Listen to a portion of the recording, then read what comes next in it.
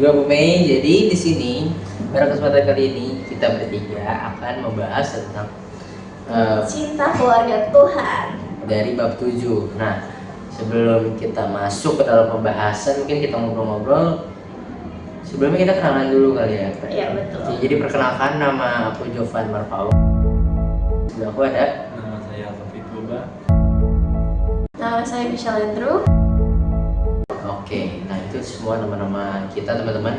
Dan sebelum kita mulai juga, kita harus memulai kegiatan ini dengan doa agar pembahasan kita ini nggak melenceng dari yang pembahasan sesuai dengan tema gitu kan, nanti bisa melenceng kemana-mana.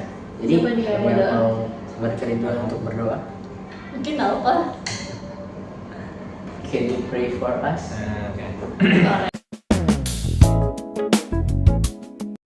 Thank you so much.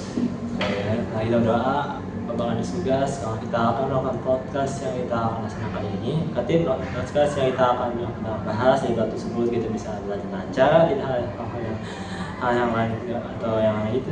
Yesus, sekarang kita berdoa dan melaksanakan podcast ini Yesus. Terima kasih Yesus. Kami bersyukur, amin. Amin.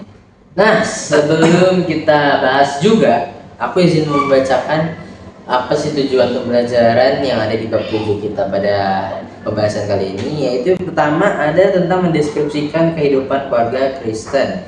Yang kedua membuat gambar karikatur tentang keluarga Kristen, dan yang terakhir itu yang ketiga ada memperjelas arti keluarga dalam perspektif Kristiani. Itu semua tujuan pembelajaran yang ada di bab 7 ya teman-teman. Oke, sekarang kita masuk. Nah, ketika kita nih teman-teman mendengar tentang yang namanya keluarga Tuhan, apa sih yang terpintas atau yang teman-teman pikirkan ketika teman-teman mendengar arti keluarga Tuhan? Mendengar kata keluarga Tuhan. Apa? Kalau di bidang saya, kayak keluarga besar, memiliki keluarga besar, memiliki apa namanya?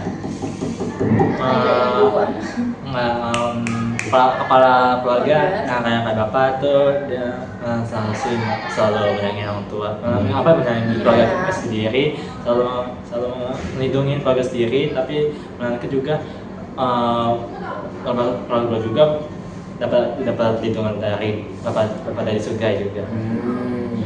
Ya, kalau Michelle boleh. Kalau Alfa bilang kita tuh sebuah keluarga yang seluruh anggotanya dilindungi oleh Tuhan. Kalau menurut aku, sebenarnya keluarga Tuhan itu adalah keluarga yang hidupnya tuh di dalam Tuhan.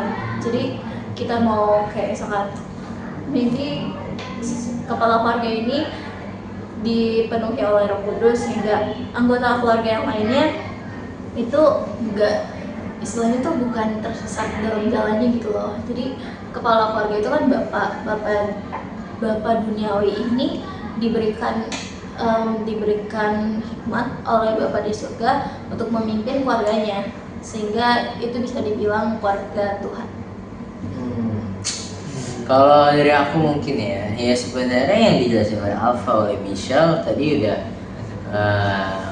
terangkum semua, udah terambil semua. Cuma yang pasti adalah yang terbenak, yang terpintas dalam pikiran aku ketika menyebut kata keluarga Tuhan adalah ya keluarga Tuhan adalah keluarga yang emang selalu berpegang teguh dengan janji-janji Tuhan, dan juga harus selalu berpengharapan dengan Tuhan.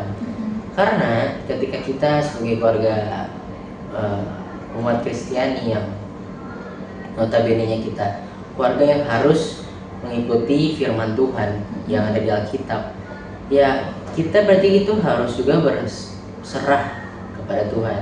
Nah, otomatis ketika kita udah melakukan itu semua, kita juga memiliki kepala keluarga selain papa kita di rumah gitu loh, yaitu ya Bapak kita yang di sorga. Jadi Bapak kita yang di sorga yang akan memberkati kita, memberkati keluarga kita masing-masing, memberkati ayah kita, memberkati papa kita untuk bisa memimpin kita di dunia ini dengan baik, dengan apa ya, seturut perintah Tuhan. iya, itulah. Nah, Di sini juga di bab ini ada pembahasan dari Alkitab nih, yaitu dari Ulangan 6 ayatnya yang keempat sampai yang 9. Nih aku langsung bacain aja lah ya. Jadi si Ulangan 6 ayat 4 sampai 9 ini begini. Dengarlah hai Israel, Tuhan itu Allah kita. Tuhan itu Esa. Kasihilah Tuhan Allahmu dengan segenap hatimu dan dengan segenap jiwamu dan dengan segenap kekuatanmu. Perintah yang kuberikan kepadamu pada hari ini haruslah tersimpan dalam hatimu. Ajarkanlah itu kepada anak-anakmu dan bicarakanlah tentang hal itu apabila engkau duduk di rumahmu, apabila engkau berjalan di jalan, dan apabila engkau berbaring, dan apabila engkau bangun. Jadi itu adalah isi dari pembahasan Alkitab yang ada di bab 7, yaitu dari Ulangan 6 ayatnya yang keempat sampai 9. Nah, di sini aku juga mau jelasin bahwa konteks ayat ini itu pada saat itu adalah ya itu perkataan Musa kepada bangsa Israel pada saat itu, karena itu tuh sebagai kesempatan mereka untuk membangun kehidupan berdasarkan kasih kepada Allah. Jadi pada saat itu situasionalnya itu adalah ada Musa dalam bangsa Israel yang berada di Gurun Sinai. Nah, jadi di sini tuh maknanya adalah perintah itu untuk mengajarkan kepada anak-anak, bukan sekedar transfer pengetahuan, tapi juga penanaman nilai-nilai spiritual, nilai-nilai kekristenan yang setiap aspek kehidupannya dalam sehari-hari. Nah, Ulangan 6 ini menekankan juga kalau pendidikan iman itu harus terintegrasi dalam kehidupan keluarga, baik dari pagi hari sampai malam ataupun dalam setiap aktivitas kita. Berarti dalam Alkitab sendiri bilang bahwa sebagai bapak juga, bapak duniawi, ya bapak-bapak kita semua nih yang ada di dunia ini harus mengajarkan kepada anak-anaknya firman-firman Tuhan, perintah-perintah Tuhan, karena hidup di dunia ini bukan hidup yang lancar banget jalannya, pasti ada rintangannya. Maka Tuhan bilang ke Musa pada ayat Ulangan itu, pada kitab Ulangan itu bahwa sebagai bapak duniawi kita harus mengajarkan anak-anak kita bahwa harus tumbuh dalam Tuhan. Kayak gitu nggak sih? Benar. Nah, selanjutnya nih, kalau kita mau, karena tuh kita nanya, dari tadi kita membahas konsep keluarga Tuhan. Tapi menurut kalian siapa sih keluarga Tuhan itu? Jadi kita sama-sama introspeksi dan menelaah bahwa siapa sih keluarga Tuhan itu. Karena kan kita nggak tahu entah keluarga misalnya keluarga Tuhan, keluarga aku keluarga Tuhan bukan, keluarga aku juga sendiri keluarga Tuhan bukan. Ada yang ingin berpendapat terlebih dahulu? Sebenarnya tuh keluarga sendiri itu konteksnya ada dua, keluarga inti kita yaitu papa, mama, anak,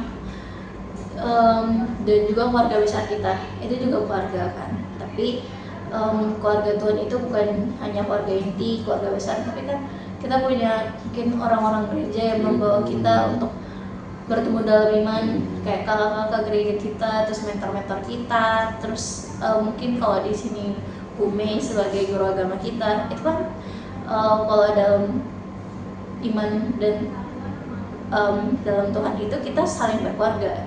Benar. Kalau Alfa? Tidak ada jawaban. No comment? Ya. Oke. Jadi sebenarnya kalau kita tanya siapa sih keluarga Tuhan, jawabannya sebenarnya simpel teman-teman. Jawabannya adalah ketika ada keluarga, ketika orang yang mau menerima dan percaya Yesus Kristus sebagai Tuhan dan Juru Selamat mereka masing-masing. Nah, identitas yang seperti itu kita udah disebut sebagai anggota keluarga Tuhan. Nah, di sini juga Alkitab ngomong di dalam 1 Yohanes 3 ayatnya yang pertama. Yohanes menulis di Alkitab itu bahwa betapa besar kasih yang telah diberikan Bapa kepada kita, sehingga kita disebut anak-anak Allah, dan benarlah kita adalah anak-anak Allah. Nah, makanya itu ya kalau tadi kita tanya-tanya siapa sih keluarga Tuhan itu sebenarnya, ya kita tanya ke diri kita menerima Tuhan Yesus sebagai juru selamat kita bukan apa enggak. Nah ketika kita mempertanyakan itu, kita refleksikan dalam kehidupan sehari-hari, kita mau ikut dan mau percaya dengan Tuhan, ya otomatis kita udah menjadi keluarga Tuhan. Begitu juga dengan keluarga kita yang ada di dunia gitu. Mau kita keluarga, misal keluarga kita nggak percaya sama Tuhan, ya gimana mau disebut dengan keluarga Tuhan? Atau mungkin salah satu anggota keluarga kita ada yang jarang gereja, ada yang jarang berdoa. Kalau kita nggak bisa ngingetin dan mengubah kebiasaan buruk itu, ya kita belum bisa disebut keluarga Tuhan gitu. Di Alkitab juga aku baru kepikiran kayak tadi Jovan bilang kayak misalnya satu keluarga, ada nih anggota keluarga kita yang mungkin belum percaya Tuhan. Nah itu kan ada kalau nggak salah di perjanjian baru itu tentang balok di mata saudara-saudara kita tuh, intinya tuh kita sebelum kita menyadarkan orang lain, kita harus sadarkan diri kita dulu. Iya itu dia. Itu adalah poin utamanya sih. Nah itu. Jadi kalau misalkan kita bilang keluarga Tuhan itu, jadi kita introspeksi diri kita dulu, kita percaya Tuhan apa enggak. Kalau misalkan kita percaya Tuhan sebagai juru selamat kita, orang-orang sekitar kita akan menjadi keluarga kita. Kalau kita sendiri juga membuktikan bahwa kita tuh percaya Tuhan loh. Jadi mereka tuh bukan hanya istilahnya tersesat pada jalannya, tapi kita tuh sebagai guide-nya lah. Gitu. Oke. Nah, nextnya nih kita mau bahas tentang, kalau tadi siapa sih keluarga Tuhan. Nah next ini kita mau bahas tentang bagaimana kehidupan keluarga Tuhan yang ada di yang emang harusnya kita lakukan gitu. Di sini ada tiga gimana sih kehidupan keluarga Tuhan di dalam kehidupan sehari-hari gitu. Yang pertama tentunya itu persekutuan iman. Nah keluarga Tuhan itu dibangun atas dasar kepercayaan bersama kepada Yesus Kristus sebagai Tuhan dan Juru Selamat, seperti yang tadi kita bicarain.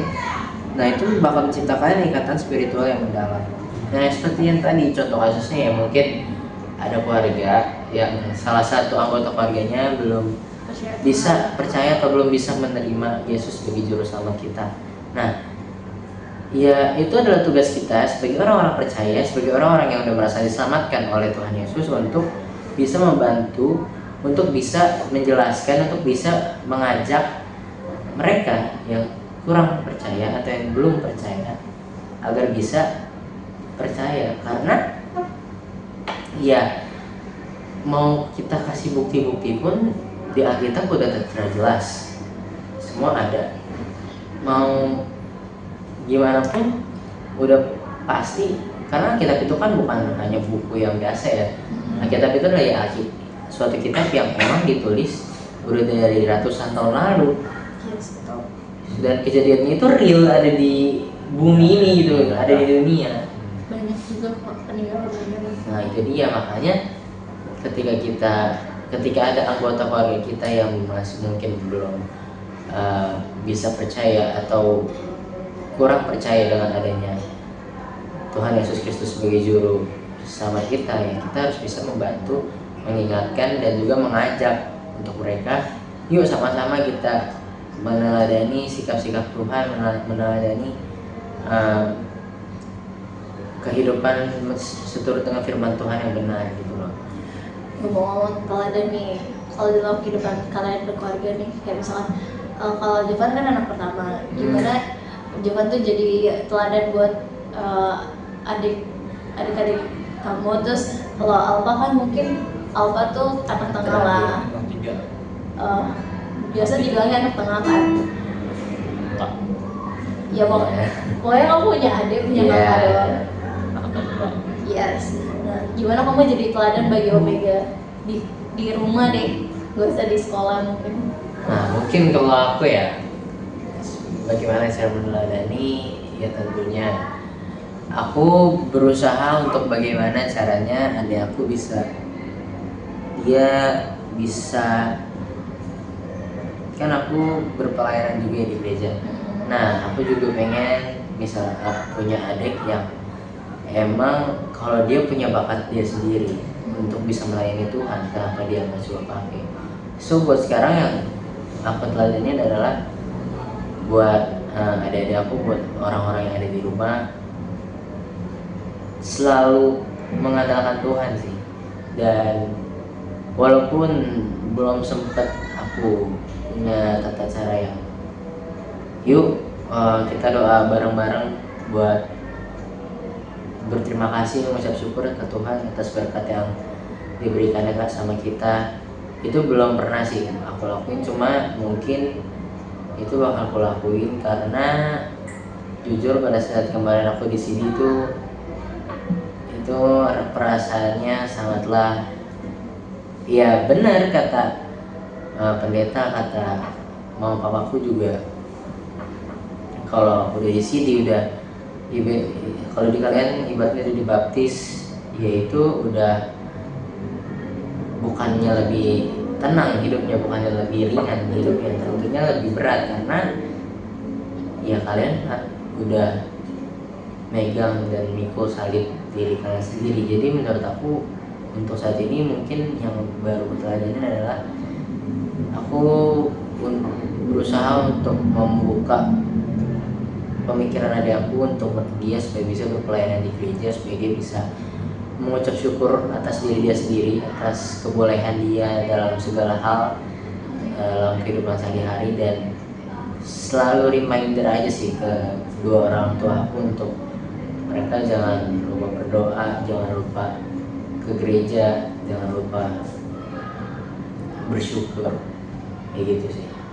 Kalau apa? Kalau buat gue sih karena adik saya itu seumurannya atau kembarannya, jadi ya ini bang di sini Mungkin apa agak susah? Kalau ini kurang susah ya, tapi kalau dia udah sekembangan itu susah disuruh ya, intinya udah seumuran, udah SMK, udah sama umurnya itu susah, udah dari tingkat sekolah. Tapi ada juga masih aku juga masih jadi kakak juga harus punya tanggung jawab juga ya, tanggung jawab memegang responsibility, menyuruh adikku untuk melakukan yang dengan kebenaran dengan dapat sebatasannya.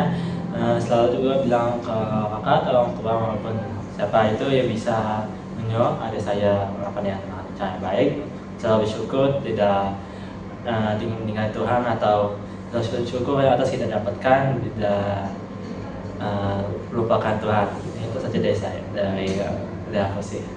Oke. Lanjut lagi ya dari pembahasan yang tentang kehidupan keluarga Tuhan. Tadi kan pertama udah, yang kedua sekarang kehidupan keluarga Tuhan itu adalah memiliki kasih yang inklusif. Kasih. Karena Alkitab dan yang kita rasakan sendiri juga, Tuhan itu tuh kasihnya tuh tidak terbatas. Makanya itu kita semua orang yang percaya dengan Tuhan tentunya harus bisa mengasihi sesama kita juga. Iya betul. Kalau Tuhan udah mengasihi kita, berarti tiba saatnya untuk kita mengasihi orang lain. Iya benar. Contoh yang paling simpel di kehidupan SMK kita sekarang adalah mungkin ketika kita memiliki teman yang tidak suka sama kita, atau kita memiliki musuh yang gak suka sama kita. So seharusnya kita nggak boleh yang malah kita nggak suka dia balik atau kita musuhin dia balik, tapi gimana caranya supaya kita bisa ngedoain dia, kita bisa menasehati dia, kita bisa baikan sama dia, kita justru harus bisa berkawan baik sama dia, karena ya itu dia supaya kita bisa mengasihi sama kita.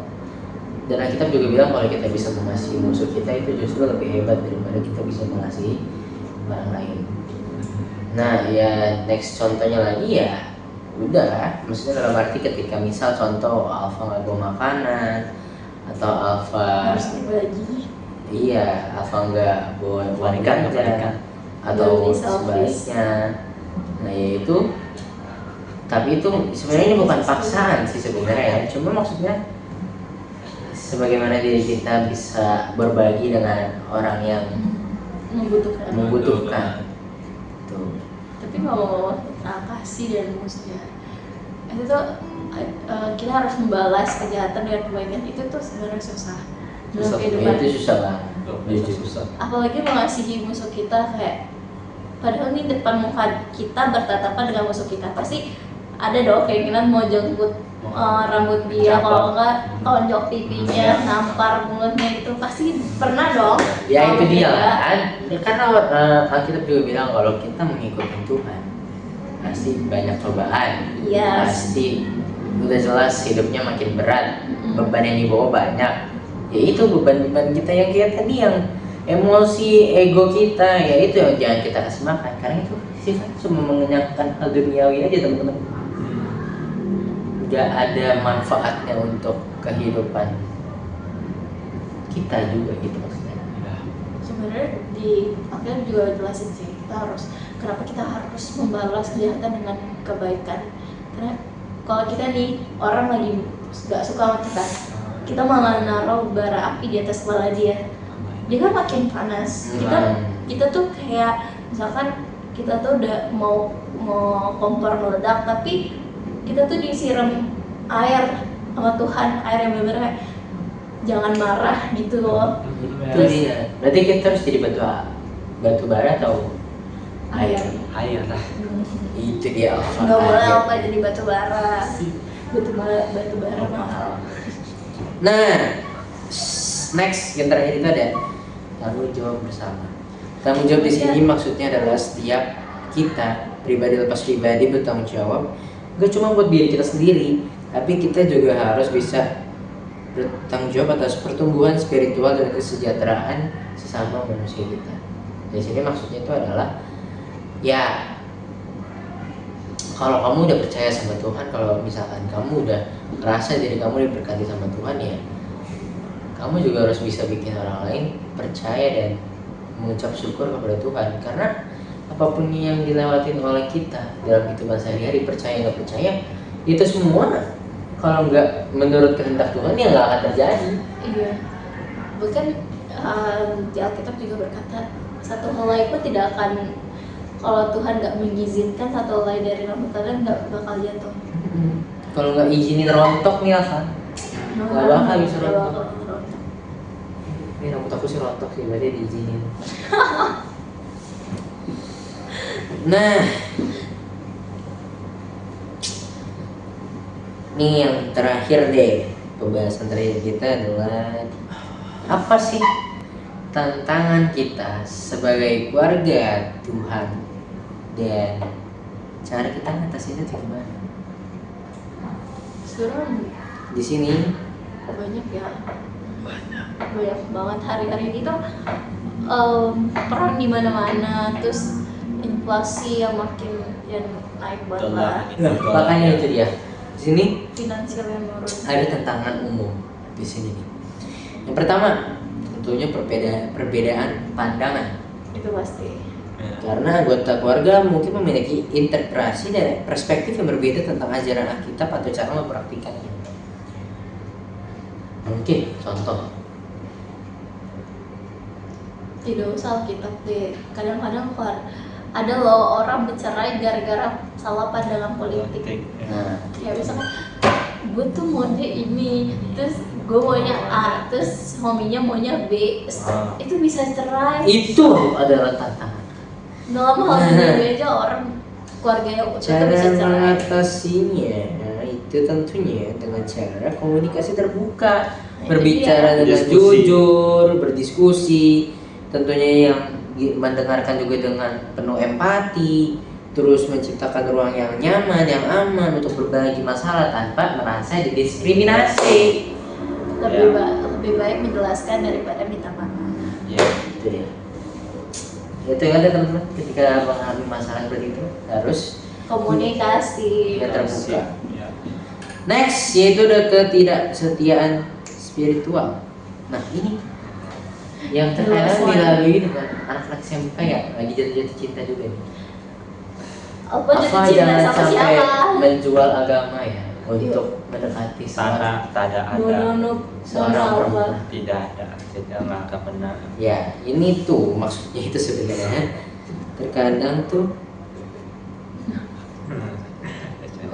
kita ngerasa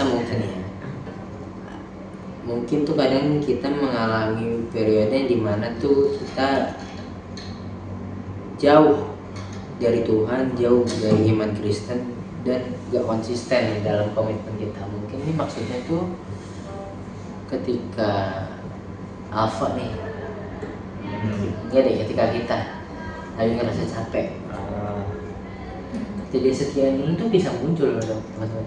Selalu. Karena pasti ketika kita capek, nangis, yang selalu kita salahin siapa? Tuhan. Kenapa sih harus kasih nilai aku 50? Kenapa sih kita tuh, kenapa sih aku harus gak bisa main gitar? Kenapa sih aku tuh harus hidup di keluarga yang gak ada duitnya? Bisa. Sebenarnya aku punya trik, jangan nyalahin kayak pasti orang dunia itu pasti selalu kalau ada masalah nyalahin Tuhan kayak. Dan orang-orang kayak gitu pasti dia baru datang ketika ada butuhnya. Nah iya, kita tuh harusnya tuh dari awal tuh kalau misalkan ada pure bener-bener kesalahan kita, itu tuh kita harus jangan kayak Tuhan kenapa begini, bukan kayak gitu, karena Tuhan tuh nggak akan mengizinkan ujian dan pencobaan kita melebihi tanggung jawab kita. Jadi setiap ada masalah ataupun tiap tantangan ya enjoy, bukan enjoy yang bener-bener duduk diam terus gak ngapa-ngapain, itu tuh sebenarnya salah. Tapi kalau misalkan kita bener sedih banget atau terlelap atau terlalu meluap-luapkan emosi kita kepada Tuhan, itu malah secara nggak langsung kita menjadikan diri kita tuh seorang yang kurang bersyukur. Iya, bersyukur. Kadang-kadang tuh dalam masalah sendiri kita punya kesempatan, terus kita punya Itu dia sebenarnya. menjadikan diri kita lebih stabil lagi secara emosional mungkin. Nah, ya itulah jadi salah satu solusi atau cara penyelesaiannya. Iya. Nextnya ada tantangan, yaitu tentang kesalahpahaman komunikasi. Itu sering banget terjadi, gak usah orang tua kepada anak. Kita nih sama saudara kita pasti pernah dong salah komunikasi, kesalahpahaman. Terkadang tuh mungkin ya contoh gue terkadang emangnya suka lah minta tolong atau ngomong sama dia dengan nada oktav naik 1. Nah pasti ketika kita udah naik nada 1, yang dipikirkan oleh saudara kita adalah mungkin orang kerjanya marah-marah mulu ya.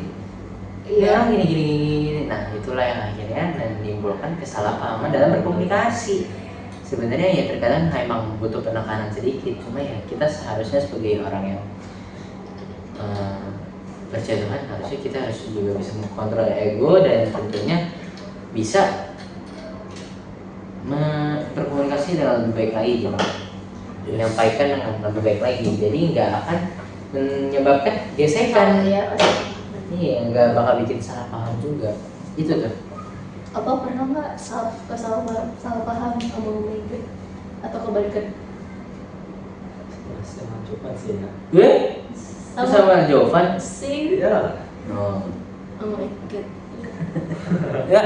Ada. Nah, next itu ada beban finansial. Terkadang nih ada dua tipe orang yang mungkin kalau finansialnya sedang menurun, dia akan melakukan 2 hal ini. Pertama, dia berjanji untuk mengikut Tuhan. Dia datang ke Tuhan, minta tolong, dia minta maaf segala macam. Yang kedua, dia bisa meninggalkan Tuhan dan melakukan hal-hal yang gak seharusnya dilakukan. Contoh, tiba-tiba dia udah tau gak punya duit, berjudi karena dijanjiin kalau judi itu bisa menang 100 kali lipat. Apa pernah nih kayaknya nih?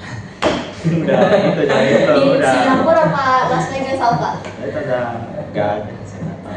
Iya. Terus atau enggak selain berjudi bisa jadi jual diri. Oh, ngerti. Amit-amit ya. Yesus. Terus atau enggak bisa juga apa lagi? Kalau menjauh dari Tuhan Mencuri. bisa mencuri. Saya jadi mencuri. Itu bisa. Pinjol. Nah, tipe yang satu lagi nih tipe yang baik, yang kalau lagi ada masalah datang ke Tuhan. Tapi kalau nggak ada masalah nggak datang ke Tuhan, nah, itu nggak baik tuh. Nah, yang baik adalah mau ada masalah mau nggak ada masalah harus bersyukur dan tetap mengandalkan Tuhan. Jadi jangan kita menjadi orang yang tidak mengandalkan Tuhan. Next yaitu ada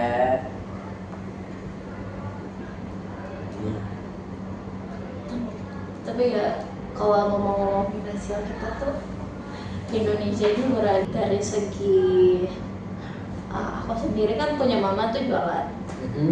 Emang dari segi keekonomian tuh lagi turun karena orang tuh pada Dolar naik. menghemat, Ya, dolar naik, terus pada menghemat terus akhirnya gara-gara minyak naik. Sedangkan perekonomian dunia itu lagi baik-baik aja, nggak kegoyang, nggak apa.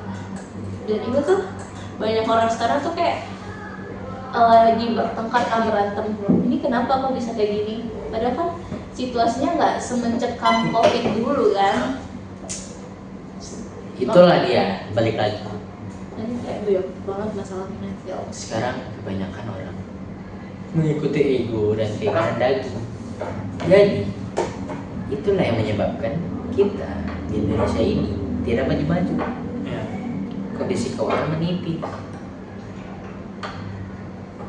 Jujur aku sebagai generasi muda, walaupun kita tuh masih sekolahan, tapi aku yang ngeliat kayak mama aku tuh ngobrolin harus ngurangin ini.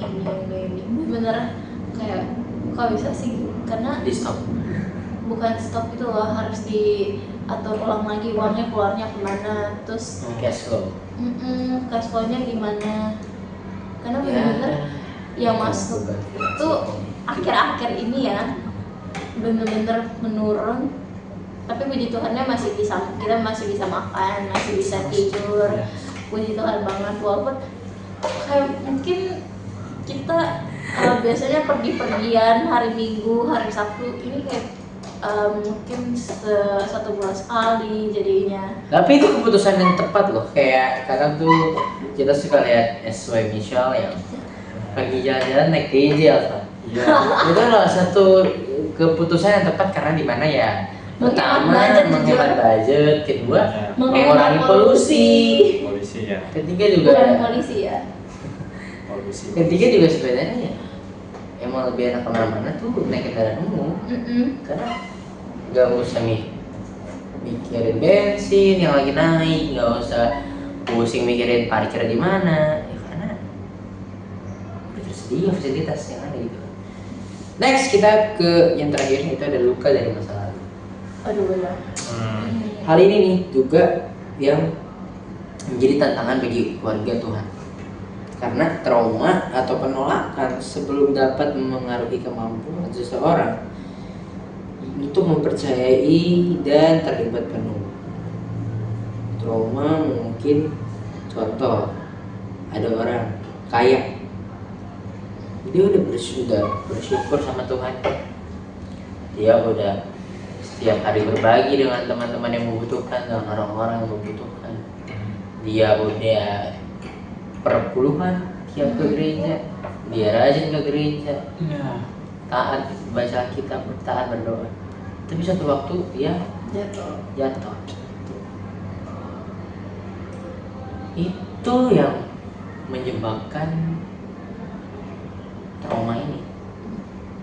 Karena sebenarnya ya tujuan Tuhan dalam membuat kita down lagi adalah supaya kita nggak terbang gitu loh.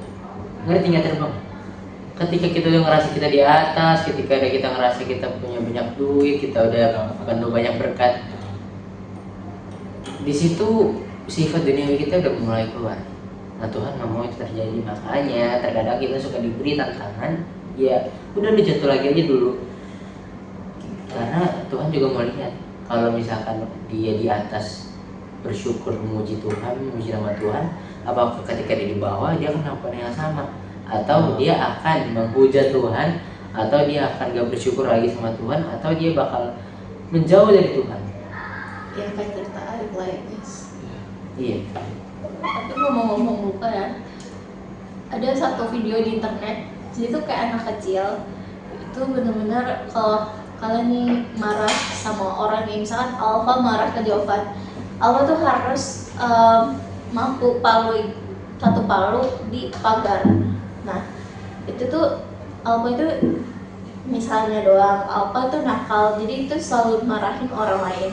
Nah abis itu di film itu si Alfa ini jadi lebih baik, terus ayahnya nggak bolehin dia cabut pakunya satu-satu. Nah setelah itu bakal ada gambaran bahwa pagar itu bakal bolong-bolong. Nah pagar itu kayak misalkan hati orang lain loh yang kalian misalkan marahin, tanpa sadar kita tuh membuat luka kepada hati orang lain ataupun kehidupan orang lain. Sama kayak kertas yang dikerok-kerok. Iya, nggak bisa balik lagi kan? Nggak bisa balik lulus lagi. Ada Ada bekas dan bekas yang bisa dihilangkan. Itu dia. Nah, kalau tadi tantangan-tantangan udah kita bahas. Cara mengatasinya yang pertama tentunya ya tadi kan komunikasi terbuka. Kedua itu ada pengampunan Kristus. Kita harus memiliki prinsip pengampunan sebagaimana yang diajarkan oleh Tuhan. Ya itu tadi ya. Terus ada doa bersama, ada terakhir bimbingan rohani. Kita punya mentor di gereja masing-masing, kita punya senior, kita punya pendeta, kita punya kakak-kakak senior yang bisa kita ajak bicara, yang bisa kita sharing. Itu dia harus kita gunakan, karena itu bisa membuat pertumbuhan rohani kita menjadi semakin lebih baik. Oke. Selesai sudah pembicaraan kita di podcast kali ini. Di pembicaraan kali ini ada yang ingin teman-teman sampaikan sebelum kita tutup? nggak ada sih. Pada intinya kita harus menjadi keluarga Tuhan. Iya, jadi kesimpulannya ini Alkitab itu menjanjikan bahwa kita hidup sebagai keluarga Tuhan yang sejati, tentunya saling mengasihi, saling mendukung, dan bersatu di dalam Tuhan Yesus Kristus. Kita akan mengalami berkat berlimpah dan menjadi saksi yang kuat bagi dunia tentang kekuatan dan keindahan Injil Tuhan. So, kita harus bisa melewati semua tantangan, melewati semua cobaan, dan harus bisa mengerti apa gunanya kita sebagai keluarga Tuhan di dunia ini. Itu dia kesimpulan kita podcast kali ini. Jangan lupa nanti dipotong juga nih share yang gak jelasnya bagian. Oke, ada yang ingin nambahkan? Kalau nggak ada kita tutup. Kita doa. Oke, kita bakal tutup dalam doa. Mari semuanya kita bersatu dalam doa. Ya Bapak, terima kasih untuk hari ini Tuhan, kami telah menyelesaikan podcast kami ya Tuhan. Pada bab 7 ini ya Tuhan yang bernamakan kunci keluarga Tuhan ya Tuhan. Ya Bapak, kiranya kami bertiga ini bisa menjadi teladan ya Tuhan dalam keluarga kami ya Tuhan, dan juga dalam sekeliling kami ya Tuhan, bahwa Engkau ada ya Tuhan dimanapun kami berada, dan juga orang-orang yang percaya bahwa Engkau adalah Juru Selamat ya Tuhan. Ya Bapa, sebentar lagi kami ingin menutup podcast ini ya Tuhan. Tuhan Kau berkati juga penonton-penonton kami yang menonton podcast ini ya Tuhan. Kiranya pembahasan kami menjadi rema dalam kehidupan mereka ya Tuhan. Terima kasih Tuhan atas kesempatan yang Kau berikan ya Tuhan, terpuji namamu ya Tuhan. Kami tutup doa ini ya Tuhan dengan puji syukur ya Tuhan, dan mengucap syukur ya Tuhan di dalam Tuhan Yesus. Haleluya, amin. Amin. Oke, sekian pembahasan kita kali ini. Tarik Alfa. Untuk pembahasan kita kali ini, kurang lebihnya kita mohon maaf jika ada salah kata, salah tindakan, ataupun salah Perkataan. Tadi kan udah. Oke, kita tutup semua. Terima kasih semuanya. Dadah. Ya, terima kasih. Next time. See you.